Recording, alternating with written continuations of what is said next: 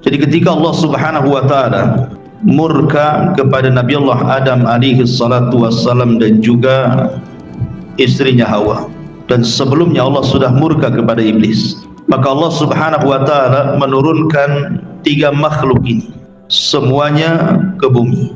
Dan sudah saya ceritakan beberapa khilaf di mana mereka diturunkan. Ada yang mengatakan bahwa iblis diturunkan di lautan, makanya iblis membangun istananya di lautan berdasarkan hadis Nabi sallallahu alaihi wasallam bahwa istana iblis itu ada di lautan. Adapun Adam dan Hawa, ada yang mengatakan Adam diturunkan di Sri Lanka, di India, dan adapun Hawa turun di Jeddah dan Adam turun di Sri Lanka. Kemudian keduanya dipertemukan. Bagaimana caranya? Yang satu di India Sri Lanka, yang satu pula di Jeddah. Dalam riwayat Israiliyat ada yang mengatakan bahwa Allah Subhanahu wa taala turunkan Hajar Aswad. Hajar Aswad itu batu dari sorga, dulunya putih dan bercahaya. Tetapi Nabi SAW mengatakan sawadathu banu Adam. Yang membuat batu yang sangat putih bercahaya itu menjadi hitam adalah Bani Adam. Apa maksudnya? Maksudnya dosa yang dilakukan Bani Adam sehingga menjadi batu itu berubah yang tadinya putih bercahaya menjadi hitam. Makanya disebut Hajar Aswad, batu yang sangat hitam. Lah ketika batu itu diturunkan dari sorga ke bumi, maka itu menandakan sebuah sinyal cahaya bahwa Adam alaihi salatu wassalam kalau ingin mencari Hawa, istrinya yang terpisah, carilah di titik cahaya itu. Begitu juga Hawa. Akhirnya kemudian berjumpalah di Arafah. Maka disebut Arafah karena saling mengenal. Maka daerah itu disebut Arafah. Di Arafah inilah kemudian Allah Subhanahu wa taala menurunkan kalimat yang pertama kali diturunkan Allah dan dibacakan oleh Adam dan Hawa. Kalimat apa itu? Kalimat taubat. Dan Allah Subhanahu wa taala berfirman, "Fatalaqqa Adamu mir rabbih kalimatin fataba alaihi innahu huwa tawwabur rahim." Maka Allah Subhanahu wa taala mengajarkan kepada Adam beberapa kalimat. Ada yang mengatakan kalimat ini adalah doa yang kita sering baca. Rabbana zalamna anfusana wa illam taghfir lana wa tarhamna lanakunanna minal khasirin. Doa pengakuan dosa dan permintaan ampun kepada Allah. Maka setelah Allah Subhanahu wa taala ampuni dosa keduanya, baru kemudian keduanya bertolak ke mana? Ke Ka'bah. Dan Ka'bah sebelumnya sudah dibangun malaikat dan Hajar Aswad diturunkan di situ. Maka tawaflah kemudian Adam dan Hawa di sekitar Ka'bah. Inilah yang menjadikan kemudian bahwa bumi pertama kali manusia beribadah adalah di sekitar Ka'bah. Makanya Ka'bah itu menjadi mulia karena disitulah bumi pertama kali diibadahi oleh manusia Adam dan Hawa. Terlebih kemudian kemuliaan Ka'bah ini bertambah-tambah saat dilahirkan Nabi SAW, dan bertambah-tambah kemuliaannya saat diangkatnya Nabi menjadi Nabi dan Rasul, dan bertambah-tambah kemuliaannya saat Ka'bah kemudian dibebaskan dari segala jenis kesyirikan pada Fathu Mekah, dan bertambah-tambah kemuliaannya saat Ka'bah dijadikan kiblat bagi seluruh kaum muslimin, dan bertambah-tambah kemuliaannya saat seluruh manusia setiap tahun datang untuk melaksanakan haji. Itulah Ka'bah. Disitulah Adam pertama kali beribadah kepada Allah Subhanahu wa ta'ala. Ma'asyiral muslimin yang dimuliakan Allah Azza wa Jalla, tidak mungkin Adam dan Hawa hidup berdua, harus memiliki keturunan. Makanya kemudian Allah Subhanahu wa taala menganugerahkan kepada Adam 40 putra dan putri, dan Allah anugerahkan setiap kehamilan selalu kembar. Jadi Hawa itu hanya melahirkan 20 kali saja, tapi sekali melahirkan laki-laki dan perempuan, dan itu hikmah, keinginan dan kehendak Allah Subhanahu wa taala. Karena Adam alaihi salatu wassalam itu diberikan usia panjang. Dalam hadis yang sahih, ketika Allah Subhanahu wa taala menciptakan Adam alaihi salatu wassalam, Allah usap punggungnya, kemudian keluar ruh dari punggung Adam itu, ruh-ruh yang akan menjadi anak keturunannya sampai kiamat. Kemudian Nabi Adam alaihi salatu wassalam diperlihatkan ada dari umatnya yang bercahaya di dahinya. Kemudian Adam takjub dan mengatakan, siapa itu? Maka dikatakan kepada Adam, itulah Daud dari keturunan. Kemudian Adam berkata, berapa usianya? Maka dikatakan usianya hanya 60 tahun. Adam mengatakan, kenapa sedikit? Bagaimana kalau kutambahkan dari usiaku, genapkan 100 tahun? Jadi usia Adam diambil 60 tahun diberikan kepada Nabi Allah Hud. Akhirnya kemudian ketika usia Adam sudah 940 tahun, datang malaikat maut dan hendak mencabut nyawanya. Kemudian Adam mengelak dan mengatakan, bukankah usiaku masih tersisa 40? Jadi ketika usianya 960 tahun ya. Karena yang 40 tahun kan diberikan kepada Nabi Allah Hud. Nabi Allah Daud alaihi salam. Kemudian Adam lupa kalau yang 40 tahun itu sudah diberikan kepada Nabi Allah Daud. Dari sinilah kemudian anak turunan Adam menjadi pelupa. Makanya manusia disebut al-insan dari kata-kata nisyan, lupa. Artinya Adam diberikan usia hampir 1000 tahun, walaupun dikurangi kepada Nabi Allah Daud alaihi salatu wassalam, menunjukkan bahwa usia Adam itu cukup panjang, sehingga kemudian anak-anaknya beranjak dewasa. Dari situlah kemudian Allah Subhanahu wa taala mensyariatkan kepada Adam untuk menikahkan. Bolehnya saudara dengan saudari menikah, tetapi jangan kembarannya. Boleh menikah antara saudara dengan saudari kandungnya, tapi syaratnya jangan kembarannya. Lah kebetulan dari anak-anak Adam ini yang paling besar adalah Qabil dan Habil. Ada yang mengatakan Qabil itu kakaknya, ada yang mengatakan Habil itu ayahnya, atau sebaliknya, wallahu a'lam. Karena tidak dijelaskan dalam Quran dan juga hadis Nabi sallallahu alaihi wasallam. Tapi yang jelas bahwa itulah yang dikisahkan dalam Al-Quran, di mana Allah Subhanahu wa taala kemudian memerintahkan Adam untuk memerintahkan putra putrinya menikah, karena tidak ada orang lain masalahnya. Akhirnya kemudian Qabil disuruh menikah dengan kembarannya Habil, dan Habil disuruh menikah dengan kembarannya Qabil. Dari sini iblis datang dan menggoda Qabil dan mengatakan, wahai Qabil, lihat kembaran Habil itu tidak cocok untuk, kurang cantik, tapi lihat kembaranmu cantik. Akhirnya kemudian Qabil pun terpengaruh dengan syaitan, kemudian ditanamkan hasad. Makanya para ulama mengatakan seperti Imam Ibnul Qayyim rahimahullahu taala, bahwa penyakit hati yang pertama kali muncul di langit dan muncul di bumi adalah hasad. Adapun di langit hasadnya iblis kepada Adam, adapun di bumi hasadnya Qabil kepada Habil.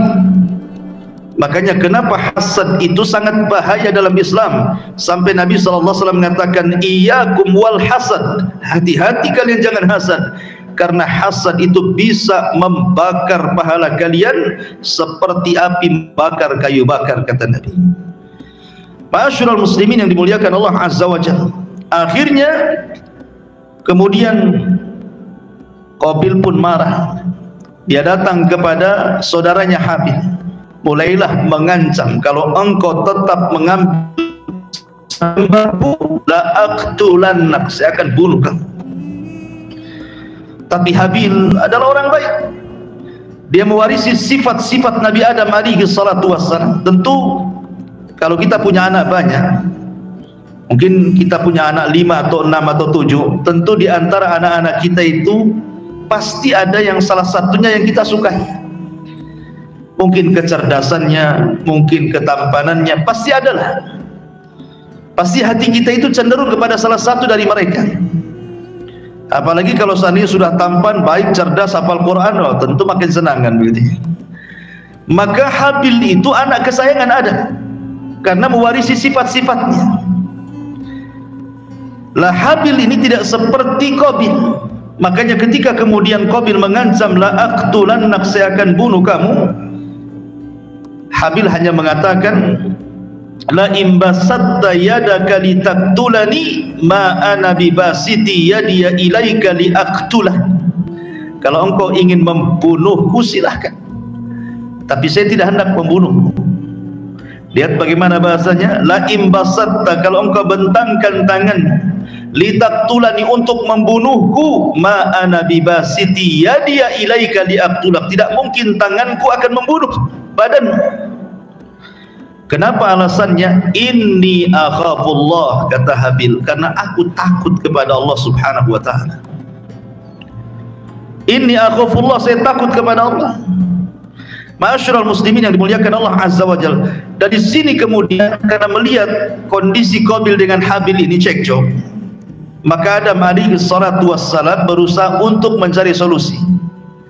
Berdoalah dia kepada Allah subhanahu wa ta'ala.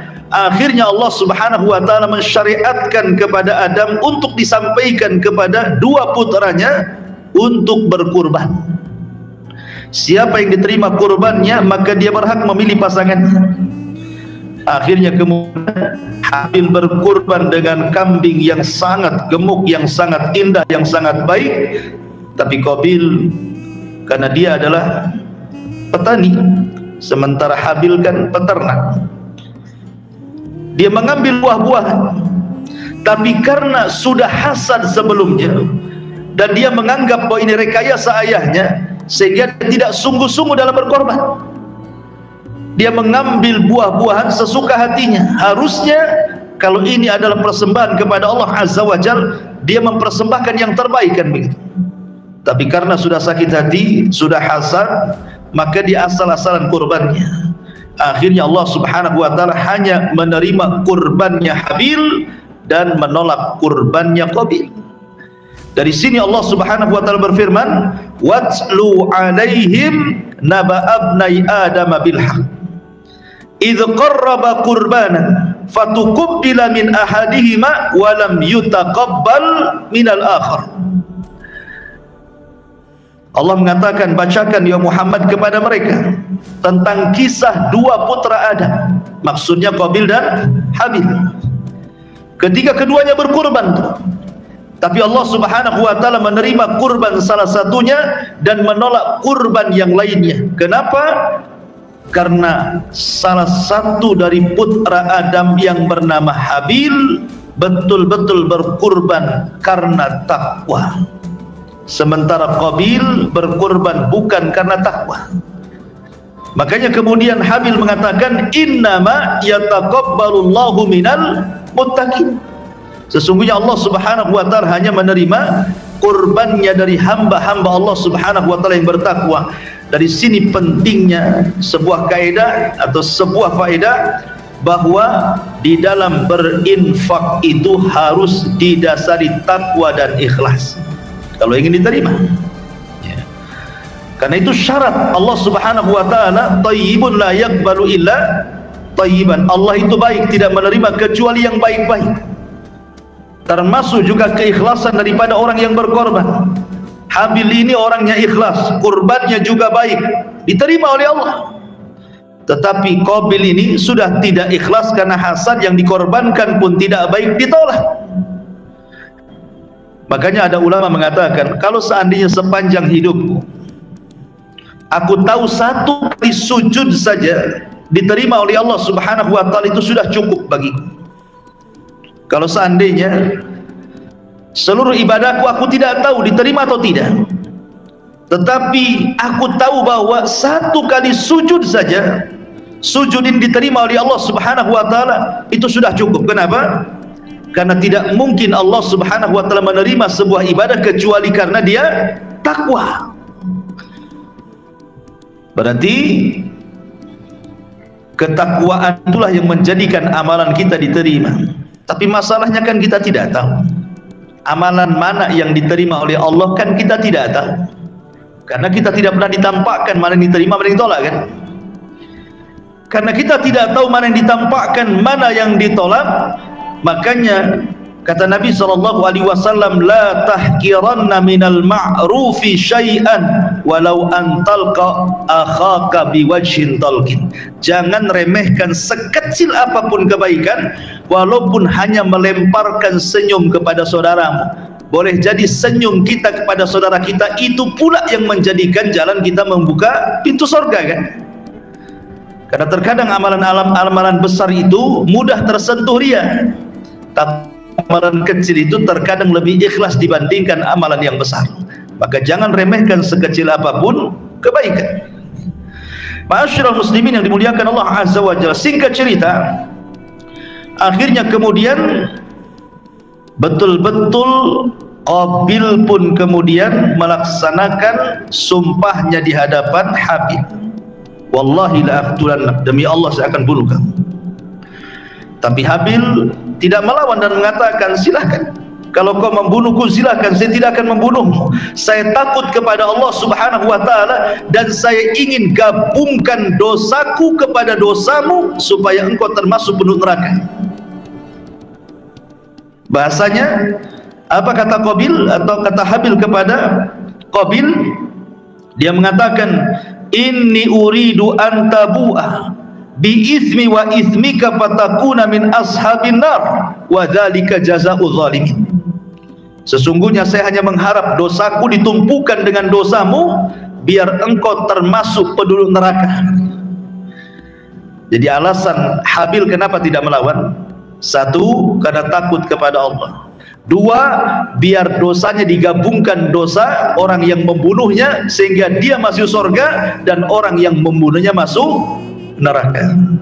Dari sini ada faedah ma'asyiral muslimin yang dimuliakan Allah Azza wa Jalla. Kalau kita cerita masalah pembunuhan, ada al-qatil wal maqtulu finnar, orang yang membunuh dan orang yang dibunuh dua-duanya masuk neraka. Yang kedua, al-qatil wal maqtulu fil jannah, orang yang membunuh dan orang yang dibunuh dua-duanya masuk surga. Kemudian yang ketiga, al-qatilu finnar wal maqtulu fil jannah, orang yang membunuh di neraka, orang yang dibunuh di surga. Kemudian yang keempat, al-qatilu fil jannah wal maqtulu finnar, orang yang membunuh di surga, orang yang dibunuh di neraka. Bagaimana gambarannya? Yang pertama, al-qatilu wal maqtulu finnar, orang yang membunuh dan yang dibunuh di neraka. Ini berdasarkan hadis Nabi SAW yang terdapat dalam Sahihaini Bukhari dan Muslim. Kata Nabi SAW, idza tawajahal muslimani bisayfihima fal qatilu wal maqtulu finnar. Qalu ya Rasulullah, hadzal qatil fama balul maqtul? Qala innahu kana harisan ala qatli sahibi. Kata Nabi SAW, apabila dua orang muslim berhadap-hadapan dengan pedangnya dan hendak saling membunuh, maka orang yang membunuh dan yang dibunuh dua-duanya di neraka, kata Nabi. Sahabat bertanya, Rasul, kalau orang yang membunuh di neraka, okelah, tapi kalau orang yang dibunuh di neraka, macam mana caranya? Maka Nabi SAW mengatakan, ya, karena yang terbunuh juga sebelum dia terbunuh, dia pun sudah ingin membunuh. Ya. Jadi orang yang dibunuh itu sebelum dia terbunuh, dalam hatinya juga ingin membunuh masalahnya. Jadi sama punya keinginan membunuh, cuma satunya apes saja kan itu ya. Satunya apes dia, makanya dia yang terbunuh. Tapi dua-duanya masuk neraka. Ini gambaran yang pertama. Gambaran yang kedua, al-maqtul, al-qatil wal-maqtulu fil jannah, orang yang membunuh dan orang yang dibunuh dua-duanya masuk surga. Al-Imam Muslim meriwayatkan dalam sahihnya dari Abi Hurairah radhiyallahu anhu, di mana Allah Subhanahu wa taala yadhaqullahu ila rajulain yaqtulu ahaduhum al-akhar kilahuma yadkhulul jannah. Allah tertawa kepada dua orang laki-laki, salah satunya membunuh yang lainnya, tapi dua-duanya dimasukkan ke dalam surga. Faqalu, sahabat bertanya, kaifa ya Rasulullah, bagaimana tuh gambarannya, yang membunuh dan yang dibunuh dua-duanya masuk surga? Maka Nabi SAW memberikan gambaran, yuqatilu hadza fi sabilillah. Ketika terjadi perang antara muslim dan kafir, yang muslim ini kemudian mati gugur, orang yang mati dalam pertempuran mati syahid, masuk surga. Summa yatubullahu alal qatil, tiba-tiba kemudian yang membunuhnya taubat, masuklah dia ke dalam Islam. Kemudian fayuqatilu fi sabilillah fayustashhad, maka dia pun kemudian setelah masuk Islam ikut perang lagi, tetapi di kubu orang Islam dia pun gugur juga, mati syahid. Maka dua-duanya di sorga, kata Nabi. Itulah al-qatil wal maqtulu fil jannah, yang membunuh dan yang dibunuh masuk sorga. Yang ketiga, orang yang membunuh di neraka dan orang yang dibunuh di sorga. Sama seperti orang dalam jihad. Orang kafir membunuh orang Islam, orang Islam yang dibunuh dalam peperangan syahid, yadkhuluna al-jannah bighairi hisab, masuk surga tanpa hisab. Kemudian yang membunuh orang kafir ini, yang membunuh orang kafir setelah membunuh orang Islam, dia pula terbunuh juga dia. Saling bunuh-bunuhan kan? Tapi yang satu orang kafir, yang satu muslim, dua-duanya mati dalam jihad. Maka yang kafir ini masuk neraka karena kekafirannya, yang muslim masuk surga karena kesyahidannya. Itulah al-qatilu finnar wal maqtulu fil jannah, orang yang membunuh di neraka, orang yang dibunuh masuk surga. Kemudian yang terakhir kebalikannya, al-qatil fil jannah wal maqtulu finnar, orang yang membunuh masuk surga, orang yang dibunuh masuk neraka. Sama-sama saat jihad juga, di mana orang Islam membunuh orang kafir, selesailah dia, orang kafir masuk neraka. Kemudian orang yang membunuh ini terus dia di atas keislaman sampai dia mati, maka dia masuk surga. Ma'asyiral muslimin yang dimuliakan Allah Azza wa Jalla, adapun kasusnya Qabil dan Habil, ini masuk pada gambaran yang pertama, kasusnya Qabil dan Habil. Kenapa Habil ini masuk surga dan Qabil masuk neraka? Karena yang ada keinginan membunuh itu siapa?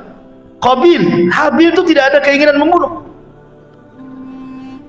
Kalau seandainya Habil ada keinginan membunuh, masuk sabda Nabi, dua-duanya neraka. Tetapi Habil itu tidak ada keinginan membunuh. Dari mana kita tahu? Dari perkataan beliau, Habil, la imbasatta yadaka litaqtulani ma ana bibasiti yadiya ilaika liaqtulak inni akhafullah. Kalau engkau ingin membunuh silahkan, tapi saya tidak akan membunuhmu karena saya takut kepada Allah. Dari situ Habil tidak ada keinginan untuk membunuh. Maka Habil masuk surga, Qabil masuk neraka. Bahkan Qabil harus menanggung dosa yang sangat besar. Perhatikan sabda Rasul dari Abdullah bin Mas'ud radhiyallahu anhu. Nabi SAW bersabda, la tuqtalu nafsun zulman illa kana ala ibni adam al-awwal kiflun min damiha li'annahu kana awal man sannal qatlah. Siapapun yang membunuh dengan cara zalim, siapapun yang membunuh dengan cara zalim, kecuali anak Adam yang pertama si Qabil, akan dapat bagian dosanya karena dia orang yang pertama kali mencontohkan membunuh. Jadi kalau sejak zaman Qabil sampai hari ini ada orang yang membunuh dengan cara zalim, otomatis orang yang membunuh itu kan dosa. Ribuan orang yang sudah membunuh, otomatis ribuan dosa ini si Qabil juga akan nanggung dosanya. Kenapa? Karena dia yang ngasih contoh keburukan. Sementara Nabi SAW bersabda, man sanna sunnatan sayyi'atan falahu wizruha wa wizru man amila ba'dahu la yanqusu min auzarihim syai'a, kata Rasul. Barang siapa yang mencontohkan keburukan, maka dia dapat dosa dan dosa orang yang mencontohnya tanpa mengurangi dosa mereka sedikit pun, dan begitu seterusnya. Berarti Qabil ini banyak nih dosanya, karena setiap dosa pembunuh itu dia dapat bagiannya tuh. Maka jangan memberikan contoh keburukan kemudian ditiru orang, maka orang yang menirunya dapat dosa dan orang yang menirukan pertama dapat bagian dosanya. Auzubillah. Jadilah orang-orang yang mencontohkan kebaikan, jangan jadi pencontoh keburukan. Ma'asyiral muslimin yang dimuliakan Allah Subhanahu wa taala. Setelah kemudian Qabil pun ketika dibunuh oleh Qabil dengan cara pengecut. Padahal dalam beberapa sirah itu dijelaskan, badan Habil itu sebenarnya lebih besar, lebih kekal. Kalau seandainya mau berkelahi, Qabil itu kalah sebenarnya. Ya, kita melihat dari postur tubuh gitu ya, dan kekuatan. Tetapi pembunuhan Qabil itu kan secara pengecut, di mana ketika Habil sedang tertidur, diambilnya batu besar kemudian dipukulkan di kepalanya sampai hancur mati. Lebih parah lagi, kemudian dibiarkan jasadnya begitu saja. Ada yang mengatakan menurut riwayat Mujahid, sebab Qabil membunuh Habil ini, Allah Subhanahu wa taala akhirnya menyegerakan azabnya di dunia sebelum di akhirat. Dengan cara apa? Tiba-tiba betisnya tertekuk dengan pahanya, dia tidak bisa jalan, kemudian wajahnya ke atas dan tidak bisa dikembalikan, dia tersengat sinar matahari. Itulah dosa zalim. Kata Nabi SAW, tidak ada dosa, kata Nabi SAW, ma min dzambin ajjalallahu uqubatahu fid dunya qabla al-akhirah al-baghyu wa qati'atur rahim. Tidak ada dosa yang disegerakan balasannya di dunia sebelum akhirat kecuali kezaliman dan pemutus silaturahim.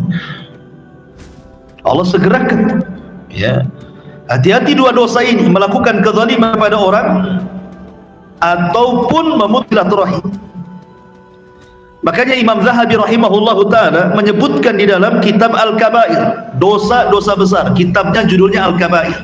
Imam Zahabi menceritakan tentang seseorang yang melakukan kezaliman. Jadi ada orang zalim merampas ikan nelayan, kemudian dia mengancam, kalau engkau tidak memberikan kubur. Nelayan ini orang lemah, orang zalim ini orang kuat, terpaksalah dikasihkan. Kemudian sang zalim ini dengan bangganya, dengan sombongnya membawa ikan itu bawa pulang. Tidak sadar di tengah jalan ikan yang mati Allah hidupkan, tiba-tiba menggigit jarinya. Dia rasa gigitan itu biasa saja, hanya berdarah sedikit, ya sudah biasa saja, pulang ke rumah. Dimasak ikan itu, dimakan dengan lahapnya tanpa punya perasaan dosa. Di malam harinya bekas gigitan itu baru terasa. Dia pun merasakan sakit, kesakitan yang luar biasa yang tidak ada yang tahu rasa sakitnya kecuali Allah. Menjerit-jerit. Keesokan harinya dia datang ke dokter, ke tabib. Ke dokter, bukan ke dukunnya. Kemudian kata tabib, kata dokter ini, itu gigitan ikan ada virusnya, itu sudah menjalar ke telapak tangan, harus diamputasi. Kalau tidak diamputasi akan menjalar ke pergelangan sampai ke jantung, mati kan. Subhanallah. Baru kemarin dia melakukan kezaliman, jarak 1 hari sudah dipotong tuh tangannya. Itulah kadang-kadang Allah menyegerakan kan dosa kezaliman. Dikiranya setelah dipotong telapak tangannya sembuh, tidak juga. Beberapa hari kemudian menjalar lagi sampai ke sikut dia, Balik lagi ke tabib, kata tabib itu harus diamputasi lagi. Akhirnya dipotong juga sikutnya. Beberapa hari lagi tidak sembuh juga, ternyata menjalar sampai di bahunya. Dokter ini heran, dia sudah sering menangani perkara itu, tapi tidak seperti ini. Makanya dokter ini bertanya kepada orang ini, dosa kamu itu apa sebenarnya? Akhirnya bercerita tentang kezalimannya mengambil ikan nelayan itu. Kata dokter, subhanallah, seandainya ketika ikan itu Allah hidupkan dan menggigit jarimu, kau langsung serahkan ikan itu, minta ampun, minta maaf, kau tidak perlu datang ke sini. Ya, tapi ini semua sudah takdir Allah Azza wa Jal. Sebelum ku potong bahumu, sebaiknya kau datangi nelayan yang kau ambil ikannya itu, minta maaf, minta redhonya. Mudah-mudahan dengan cara itu Allah sembuhkan penyakitmu. Cari dia. Ya. Setelah ketemu, akhirnya dia mengatakan, samihni ya fulan, maafkan dosa-dosaku wahai fulan. Lah ini bingung, siapa orang ini? Kemudian diceritakan, saya seorang orang zalim yang telah mengambil ikanmu pada waktu-waktu yang kemarin-kemarin, tolong maafkan saya. Akhirnya kemudian karena melihat kondisinya yang kasihan, dimaafkanlah sang nelayan ini. Ketika dimaafkan, hilang rasa sakitnya. Kemudian sebelum dia pergi, orang zalim yang sudah bertobat ini mengatakan kepada sang nelayan ini, wahai bapak, ketika saya ambil ikan, saya melihat bibirmu bergerak-gerak. Kamu ngomong apa? Gitu dia. Akhirnya kata sang nelayan, tidak, aku tidak bicara apapun kecuali hanya berdoa kepada Allah. Hanya mengatakan, ya Rabb, sesungguhnya aku ini orang lemah, di hadapanku orang kuat, arini quwwataka ya Rabb, tolong tampakkan kekuatanmu kepadaku. Hanya itu saja. Ya. Rupanya manjur doa orang yang dizalimi mustajab. Ingat, doa orang yang dizalimi itu mustajab, karena orang yang menzalimi itu dia bisa nyenyak tidur, orang yang dizalimi tidak pernah nyenyak tidur. Makanya dia bermunajat tiap malam untuk melaknat orang yang menzaliminya. Hati-hati itu. Ya. Karena orang yang mazlum, yang dizalimi ini, kalau sudah berdoa tidak ada hijab antara dia dengan Allah, melesat, walaupun yang dizalimi itu orang kafir. Ma'asyiral muslimin yang dimuliakan Allah Azza wa Jalla, akhirnya setelah dimaafkan dan dia pun menyesal, maka dia pun hendak datang ke dokter tadi. Tapi sebelum dia datang ke dokter tadi, menghabarkan bahwa sakitnya sudah hilang, dia datang ke orang-orang, datang ke pasar-pasar, datang ke keramaian orang, dan mengatakan, man ra'ani falam yadlim minhu ahada, siapapun yang melihat aku, tolong jangan berbuat zalim. Tampakkanlah bekas amputasinya itu. Lah, Imam Zahabi mencantumkan kisah ini dalam kitab Al-Kabair, dosa-dosa besar. Ya. Lah di sini lihat bagaimana Habil ketika dibunuh oleh Qabil secara zalim, maka Allah berikan hukuman kepada Qabil kan itu. Makanya Rasul mengatakan tidak ada dosa yang disegerakan hukumannya di dunia sebelum akhirat. Salah satunya al-baghyu, kezaliman, wa qati'atur rahim, dan orang yang memutus silaturahim. Ketika kemudian Qabil sudah membunuh Habil, maka disinilah cerita peradaban dimulai. Manusia mulai terpisah jadi dua. Setelah Qabil membunuh Habil, dia malu berjumpa dengan Adam bapaknya. Akhirnya dia bawa istrinya kembarannya untuk menjauh dari kabilahnya Adam yang ada di perbukitan. Dia memilih ke lembah. Akhirnya kemudian Qabil dan juga istrinya beranak pinak di lembah itu, sementara Adam alaihi salatu wassalam berada di perbukitan dan bersama anak dan cucunya. Disitulah kemudian terpisah antara dua kabilah, kabilah Adam dan kabilah Qabil, satu di bukit, satu di lembah. Dan Adam mulai memberlakukan tidak boleh orang bukit kemudian turun ke bawah. Ma'asyiral muslimin yang dimuliakan Allah Subhanahu wa taala, ketika kemudian Qabil sudah beranak pinak di atas, Nabi Adam kemudian berada di atas, dan Adam mendengar bahwa Habil terbunuh oleh Qabil, maka Adam merasa sedih luar biasa. Huznan hazanan syadid, disedih sekali. Dari situ dia berdoa kepada Allah Subhanahu wa taala, Tiba-tiba kemudian Allah Subhanahu wa taala merintahkan Adam untuk menggauli Hawa, dan Hawa pun kemudian mengandung kembali.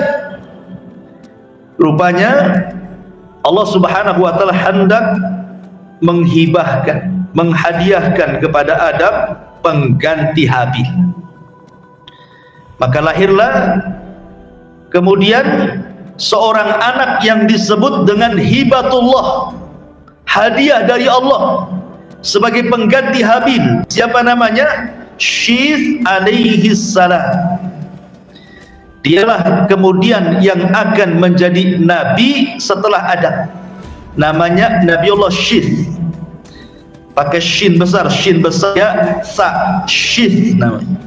Alaihi salam. Itulah nabi kedua setelah Adam, sebelum Idris. Lah Nabi Allah Syith ini, ikhwatu fillah yang dimuliakan Allah Subhanahu wa taala, dijelaskan bahwa dia diberikan sahifah. Awalnya dia mengikuti syariatnya Adam alaihi salatu wassalam, tetapi setelah kemudian besar, Nabi Allah Syith kemudian diberikan kitab oleh Allah Subhanahu wa taala berupa suhuf.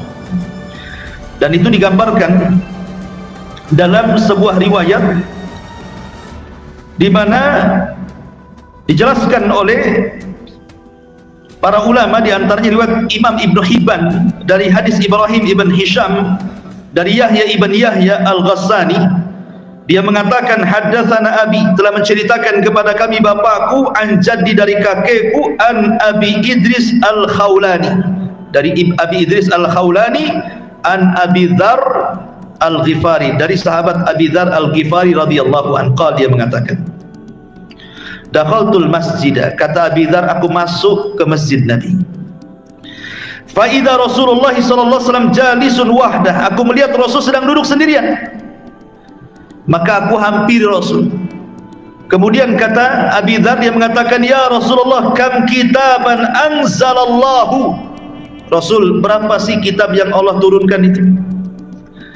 Maka Nabi SAW mengatakan, mi'atu kitabin wa arba'atu kutubin. Allah turunkan 100 suhuf dan 4 kitab. 100 suhuf dan 4 kitab.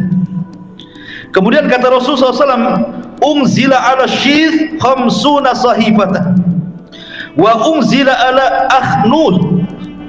Akhnuh itu maksudnya Idris. Salasuna sahifatan wa unzila ala Ibrahim asyru wa unzila ala Ibrahim asyru sahaif wa unzila ala Musa qabla Taurati asyru sahaif wa unzila Taurat wal Injil wal Zabur wal Furqan.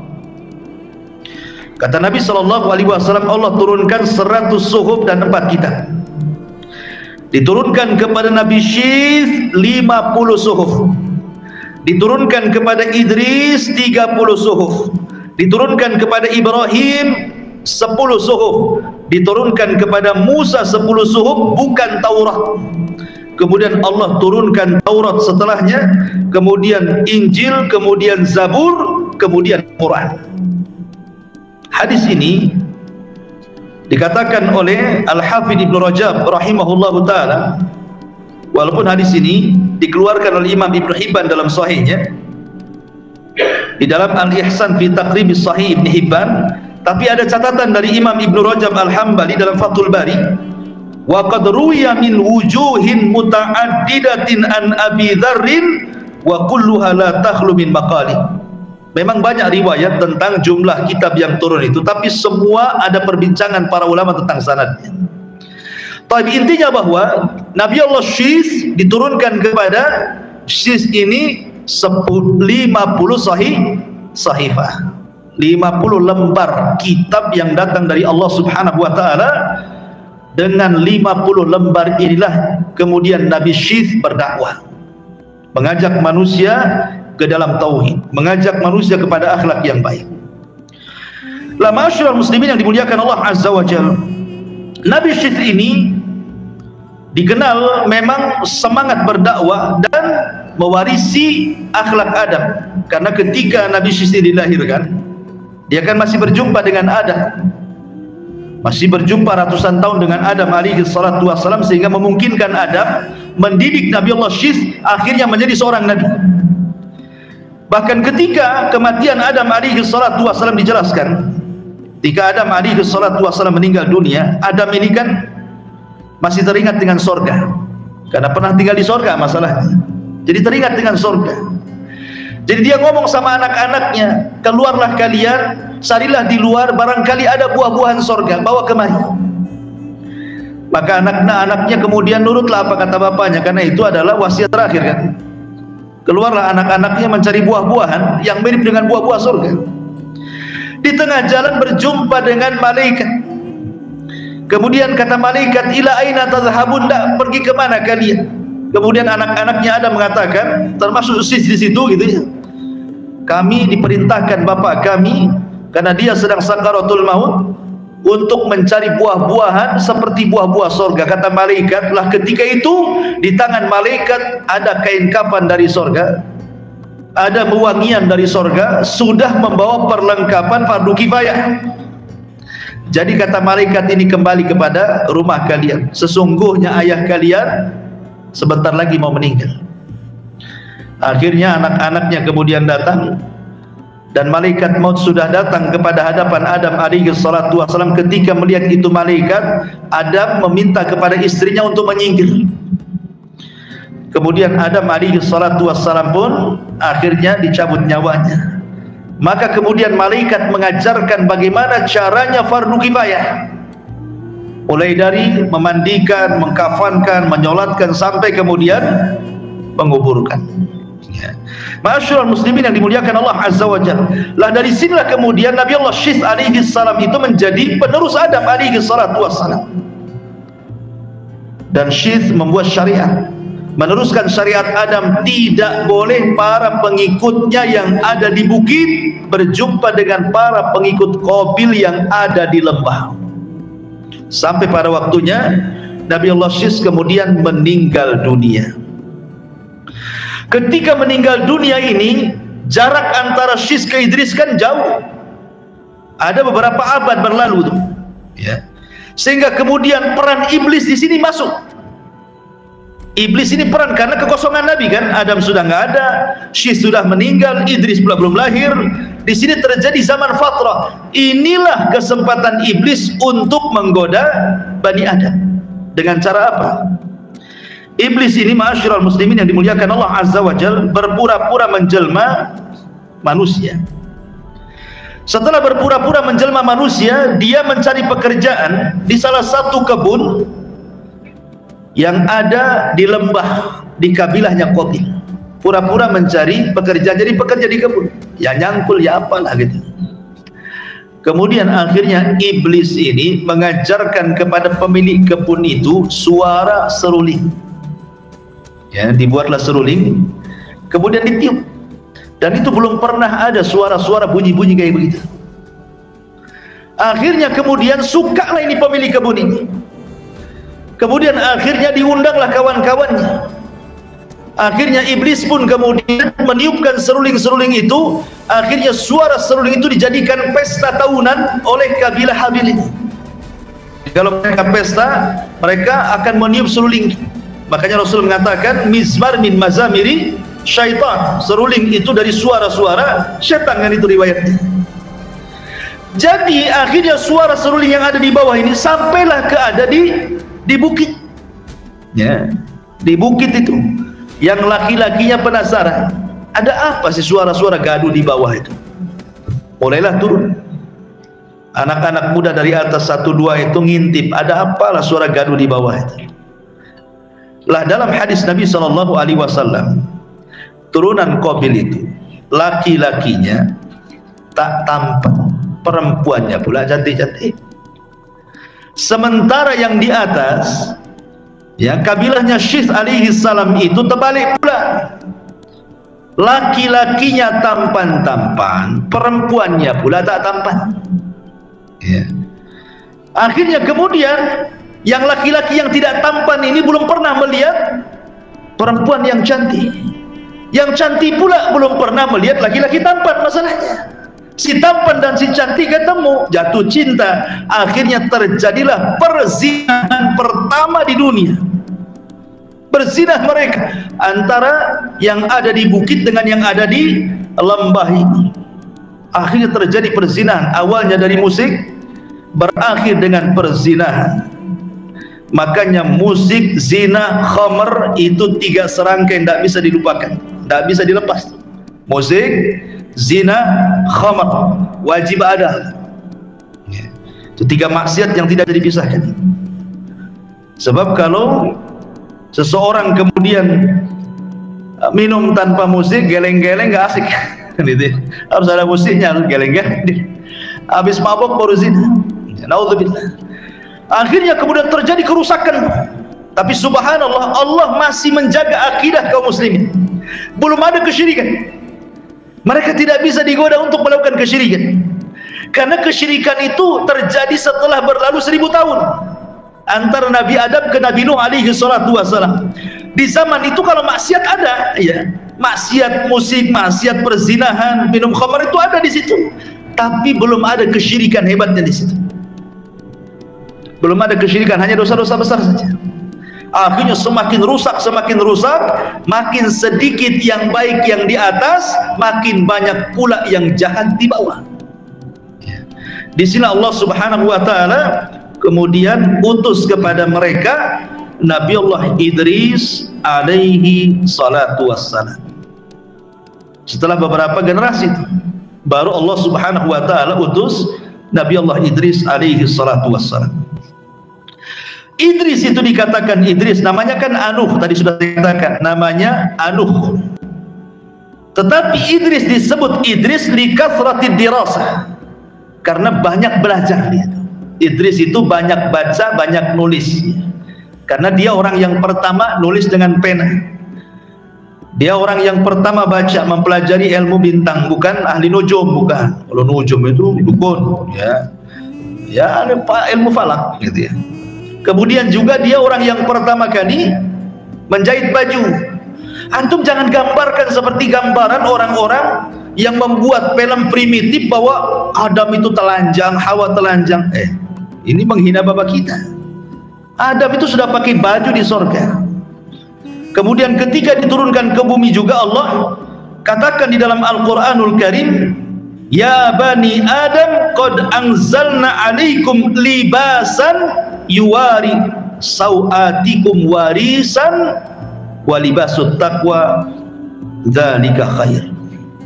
Allah mengatakan dalam Al-Quran, wahai bani Adam, kami turunkan kepadamu pakaian. Jadi Allah Subhanahu wa taala tunjukkan kepada Adam itu untuk berpakaian menutup aurat. Jadi Adam itu sudah menutup aurat, yang entah dengan apa lah kan gitu ya, entah dengan kulit, entah dengan dedaunan di zaman itu, Allahu a'lam.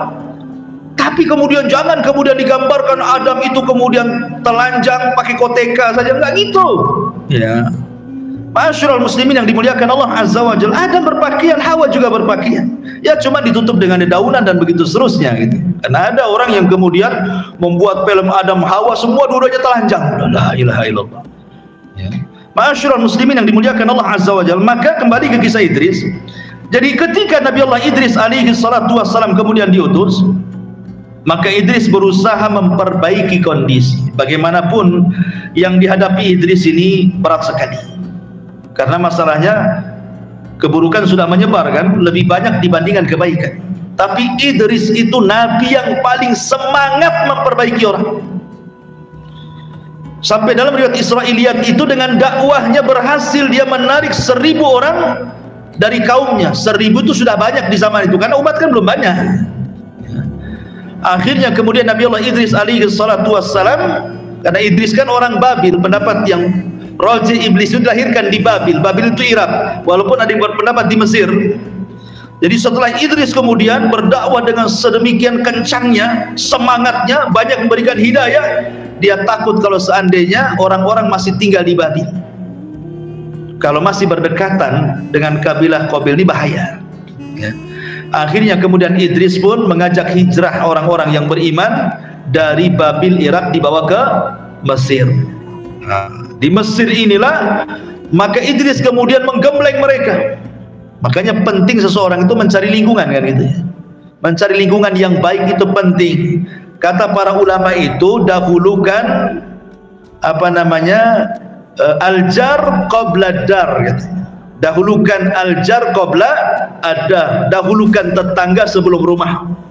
Jadi kalau antum ingin cari rumah, ingin beli rumah, ingin sewa rumah, dahulukan tetangga sebelum rumah. Lihat tetangganya, jangan lihat rumahnya dulu ya.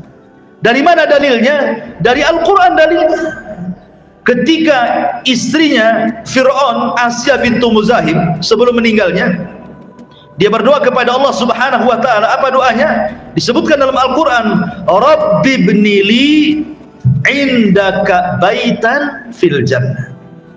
Ya Rabb, bangunkan di sisimu satu rumah di surga. Kalimat di sini, ya Allah bangunkan di sisimu rumah di surga. Artinya dia ingin bertetangga dengan Allah baru bicara rumah. Gitu ya. Dari sini ada kaidah bahwa hendaklah mendahulukan tetangga sebelum rumah. Jadi kalau cari perumahan itu lihat tetangganya, muslimkah tidak muslim, ada masjidkah tidak ada masjid, macam mana kondisinya, mayoritas muslim, banyak ahli sunnahnya atau syiahnya, dilihat di situ ya. Tetap kita merayakan tetangga, tapi di zaman sekarang kan nggak peduli. Kalau bisa cari rumah yang nggak ada tetangganya kan, yang nggak ada tetangganya, yang jauh-jauh rumahnya di sini rumah, nanti di sana lagi rumah. Kadang-kadang sesama tetangga nggak kenal, sampai mati nggak kenal. Kan ada tuh perumahan sampai mati nggak kenal tetangganya, itu nggak peduli, kan rugi gitu ya. Pada Rasul itu diwasiati Jibril itu untuk supaya berbuat baik ke tetangganya, sampai Rasul menyangka tetangga itu jadi ahli warisnya kan itu. Masyarul muslimin yang dimuliakan Allah Azza wa Jalla, kembali bahwa lingkungan itu penting. Makanya Idris membawa kaumnya dari Babil Irak menuju Mesir. Karena Idris itu semangat berdakwah, maka Allah Subhanahu wa ta'ala berikan hadiah kepada Idris. Setiap satu hari dia mendapatkan pahala seluruh umatnya di zamannya. Jadi pahala umatnya di zamannya diberikan kepada Idris. Senanglah Idris itu. Akhirnya dia kemudian meminta kepada Allah Subhanahu wa ta'ala untuk dipanjangkan usianya. Sampai terjadi khilaf tentang di mana meninggalnya Idris ini. Ada yang mengatakan bahwa ketika Idris menginginkan usianya dipanjangkan, dia datang kepada malaikat yang selalu bersamanya. Ada yang mengatakan Jibril, ada yang mengatakan yang lainnya, untuk dipertemukan dengan malakul maut. Kata malaikat ini, saya tidak mungkin memintakan kepada Allah Subhanahu wa ta'ala agar usiamu dipanjangkan, karena usia itu takdir. Tapi kalau engkau tahu, cobalah kau bincangkan dengan malakul maut gitu. Dengan malaikat maut. Kata Idris, gimana cara ketemunya? Akhirnya kemudian dinaikkanlah Idris ke langit keempat, dan Rasul pernah berjumpa di langit keempat dalam peristiwa Mi'raj kan gitu ya. Naik ke langit keempat, Rasul berjumpa dengan Idris. Kata Idris, marhaban bi akhir salih wa nabiyyin salih, selamat datang nabiku yang saleh dan saudaraku yang saleh, kata Idris. Jadi Idris ini diterbangkan ke langit keempat. Allah Subhanahu wa ta'ala berfirman, wa rafa'nahu makanan aliyan, wa rafa'nahu makanan aliyan wadhkur fil kitab Idris innahu kana siddiqan nabiyya wa rafa'nahu makanan aliyah. Sebutkan wahai Muhammad tentang kisah Idris di dalam Al-Quran. Dia seorang nabi yang jujur, dan kami angkat Idris ke tempat yang tinggi, maksudnya ke langit keempat. Sesampainya di langit keempat, kemudian malaikat ini berjumpa dengan malakul maut dan mengatakan, Idris menitipkan salam kepada. Idris menitipkan salam kepada. Ya, malaikat maut mengatakan, sampaikan salamku juga kepadanya. Ada apa dia dengan diriku? Kemudian malaikat ini mengatakan, aku antar Idris ke langit keempat itu supaya dia ingin ditambah usianya agar kau jangan mencabut dulu nyawanya. Subhanallah, kata malakul maut, baru saja Allah memandatkan kepadaku untuk mencabut manusia di langit keempat. Aku heran, mana ada manusia di langit keempat. Rupanya Idris itu maksudnya.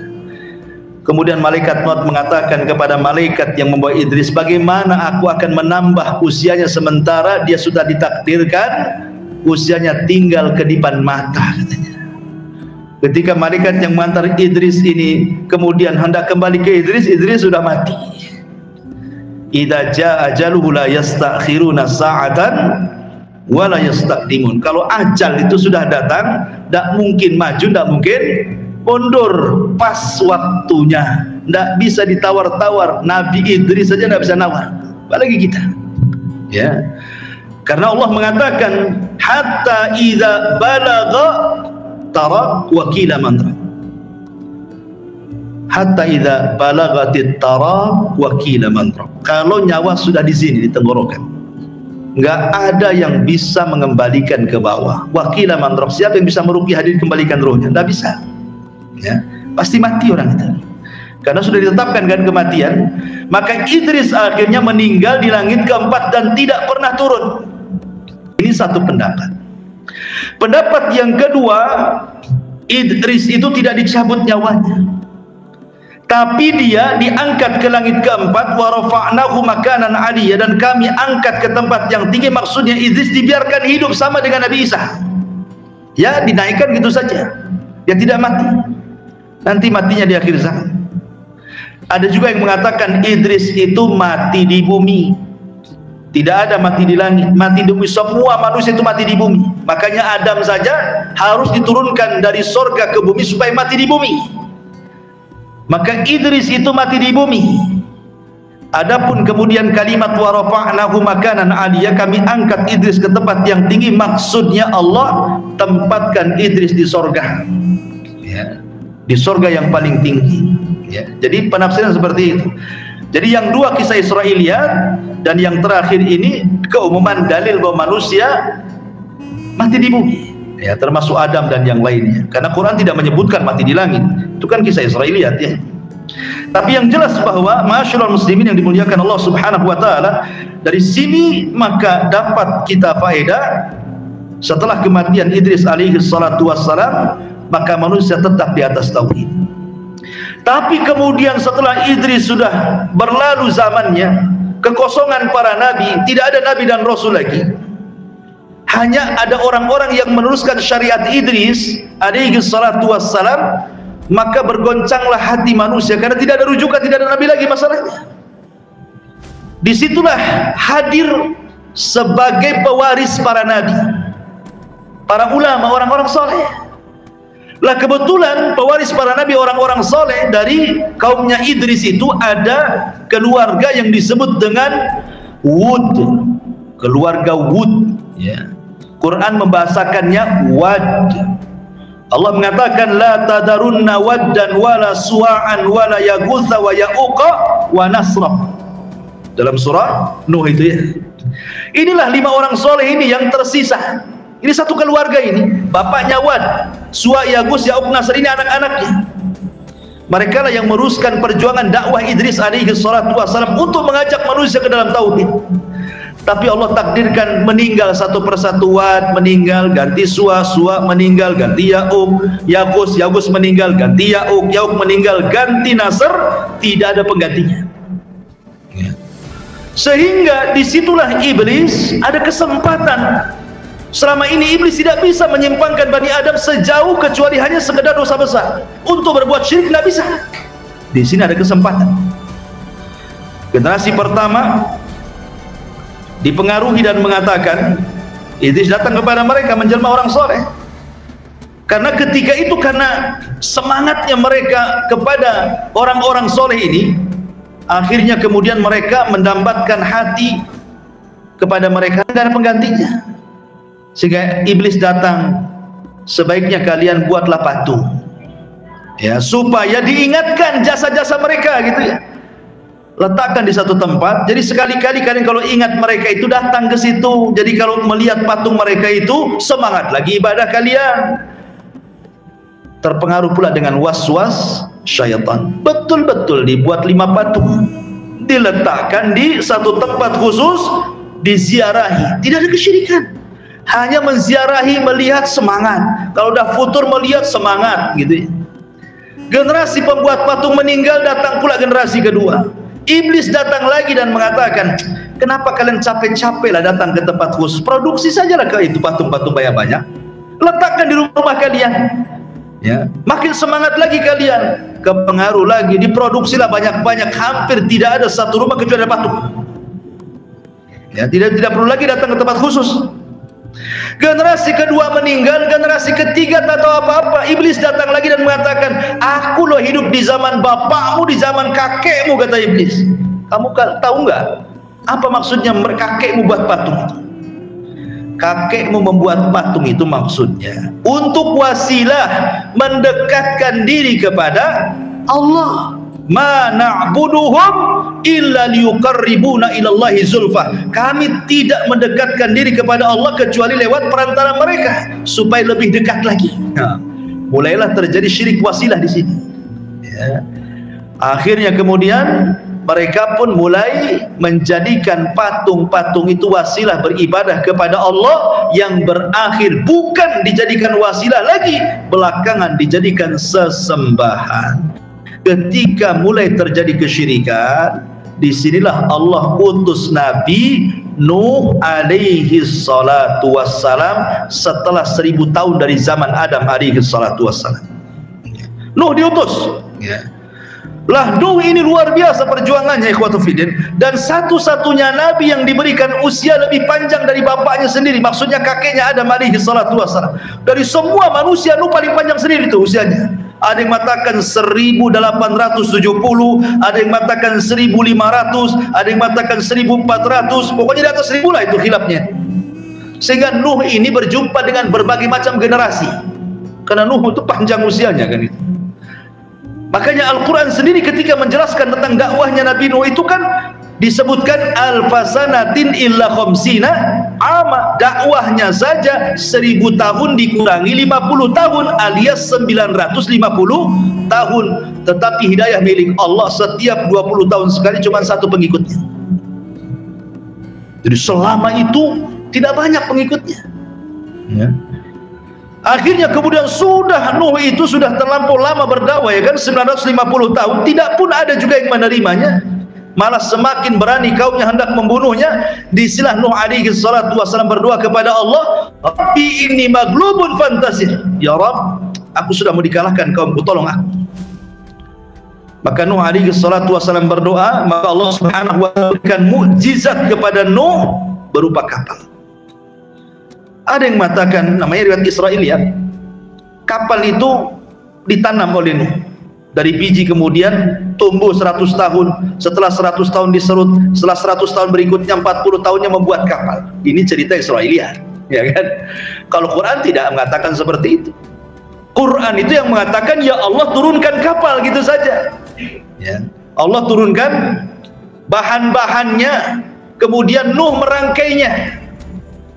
Jadi bukan diambil dari hutan, enggak. Makanya ada sebagian ulama salaf mengatakan ada makhluk-makhluk Allah itu yang tidak diciptakan dari yang lainnya. Maksudnya seperti hewan dari ibu bapaknya, tidak, dia langsung ada. Seperti untanya Nabi Saleh, enggak ada ibu bapaknya, langsung keluar dari batu kan gitu ya. Kemudian yang kedua, tongkatnya Musa langsung turun dari surga. Kemudian kapalnya Nabi Nuh, ada yang mengatakan seperti itu. Wallahu a'lam. Ya. Intinya bahwa mukjizat Nabi Nuh itu membuat perahu. Disitulah terjadi sukhriyah. Karena Nuh kan sudah tidak berdakwah lagi ya. Karena dia langsung manut dengan Allah, disuruh merangkai kapal, dia rangkai. Disitulah kemudian terjadi mulai cemoohan-cemoohan dari kaumnya dan mengatakan, ya Nuh, dulu engkau seorang nabi, kok sekarang jadi tukang kayu? Gimana ceritanya katanya? Jadi diolok-olok gitu ya. Apa sudah resign jadi nabi, kok sekarang jadi tukang mebel gitu? Dibuat diolok-olok ya kan, nggak tahu kalau itu adalah perintah Allah. Setelah pada waktunya Allah Subhanahu wa taala meminta Nuh untuk memasukkan hewan yang berpasang-pasangan, kemudian juga burung-burung dan juga manusia yang beriman, anak-anaknya kecuali istri dan anaknya Kanan yang kufur. Disitulah terjadi banjir bandang tupan yang luar biasa. Maka tidak ada manusia yang hidup kecuali tenggelam. Yang selamat satu dunia itu hanya di perahu Nuh. Makanya Nuh disebut Abul Bashar Ats-Tsani, bapak manusia kedua setelah Adam. Kenapa? Karena tidak ada populasi manusia kecuali yang di kapal itu masalahnya. Yang di kapal itu pun yang mendapatkan berkah dari Allah keturunan manusia dari 3 putra Nuh, Syith, Syam, Ham, dan Yafis. Nuh itu punya 4 putra, Syam, Ham, Yafis, Kan'an. Kan'an ini kufur sendiri. Sampai ketika Kan'an ini memilih agama ibundanya. Nah, terkadang hati-hati kalau punya istri, anak kadang-kadang terpengaruh kan. Si Kan'an ini ikut ibunya dia. Ya. Makanya ketika kemudian Nuh alaihi salatu wassalam mengatakan irkam ma'ana, masuk ya Kan'an. Apa kata Sa'awi ila jabal? Tidak perlu, saya akan naik ke gunung, nggak akan sampai itu banjir itu ke atas gunung. Naik dia ke gunung. Tapi Nuh mengatakan la asimal yaum, tidak ada yang selamat wahai Kan'an, tidak akan selamat. Masuk. Nuh masih berhajat bahwa Kan'an masuk ke dalam kapalnya bisa didakwai dapat hidayah kan itu, karena sayangnya Nuh kepada anaknya tuh. Tapi Allah subhanahu wa ta'ala mengatakan innahu laisa min ahlik, dia bukan keluargamu, pergi. Ditinggallah ya, tenggelam mati dia. Akhirnya ketika perahunya bersandar di Bukit Judi Irak, kemudian turun gitu ya, maka dari cikal bakal manusia dari 3 keturunan itulah yang melahirkan banyak manusia, Syith, Ham, Syam, dan Yafis. Dari sinilah semua umat manusia kembali kepada 3 nasabnya putra Nuh ya. Maka dari putra Nuh ini kemana-mana muncullah para nabi setelahnya. Ada Ibrahim, ada Hud, ada Saleh, ada Syuaib, ada nabi-nabi Bani Israel, sampai kepada Rasul kita Muhammad sallallahu alaihi wasallam. Inilah rangkuman bagaimana Allah subhanahu wa ta'ala mengutus para nabinya dari bapak kita Adam alaihi salatu wassalam. Wallahu alam. Baik, sebelum saya tutup, silahkan kalau ada yang bertanya. Nah, kalau putra-putra Nuh alaihi salatu wassalam itu berpencar ya, ada yang mengatakan bahwa satu perahu itu banyak perempuannya, laki-lakinya cuman putra-putra Nuh saja. Karena kemudian putra-putra Nuh ini kemudian menyebar ya, sehingga menyebar inilah Rasul mengatakan bahwa Arab dari keturunan Syam, bangsa Arab, dan seluruh para nabi dari keturunan Syam, semua para nabi ya. Adapun Ham itu ke arah Afrika dan sekitarnya, sehingga turunan orang-orang berkulit hitam itu dari Ham ya. Adapun Yafis ini ke arah Asia. Yafis ini ya, Yafis ini melahirkan beberapa kabilah termasuk Ya'juj wa Ma'juj, itu dari Yafis ya. Orang-orang Afrika, orang-orang Asia kayak kita ini turunan Yafis. Makanya ada orang yang menyangka jangan-jangan Cina itu Ya'juj wa Ma'juj katanya.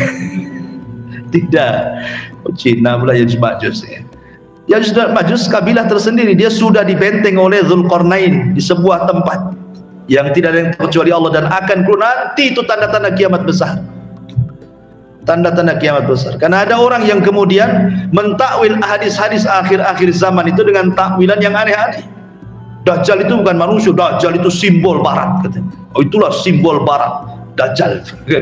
Dajjal itu manusia. Makanya Rasul SAW menyamakan dengan manusia. Sebutkan ciri-cirinya. Termasuk Ya'juj wa Ma'juj. Ya, disebutkan ciri-cirinya kan. Mereka seperti bangsa Turk, bulat-bulat seperti orang Asia.